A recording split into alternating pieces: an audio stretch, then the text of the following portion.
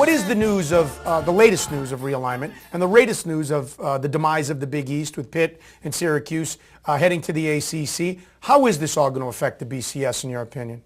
The problem with writing about conference realignment is the information is outdated about 5 minutes after you post it. So, the easiest way for people to keep up is follow me on Twitter, and I update that constantly. But, even then, the news just comes in so quickly and changes so fast. If I take time to run to a work meeting, by the time I'm out, somebody's changed conferences. So it's tough to keep track of, but at this point, I think we're sort of in a lull maybe for a few days, maybe even a few weeks, because the Pac-12 didn't accept Oklahoma, Oklahoma State, Texas, and Texas Tech. I think everyone's sort of regrouping. The Big East obviously has some holes that they need to fill now that they have lost 2 teams. So expect to see something coming with that sometime soon. They've got a little time. The way their exit works, they technically won't allow the Pitt and Syracuse to exit for a couple of years, actually. So that buys them some time, so they won't necessarily make a move right this minute. But I think they're probably looking at the military academies. They're looking at Central Florida, East Carolina.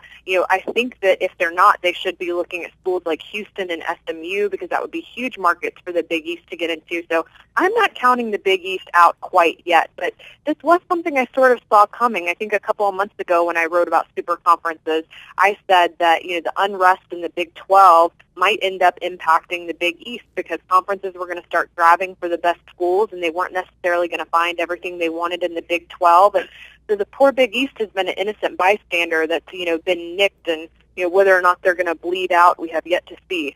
In this article, when you talk about the Bowl Championship Series, you remind us that both the Big 12 and the Big East have automatic qualifying bids to BCS bowl games that go along with it. So therefore, by simple attrition, if those conferences go away or change as we know it, the BCS, you start cutting right to the core of what the BCS is all about. Those AQs have to go to somewhere else, don't they?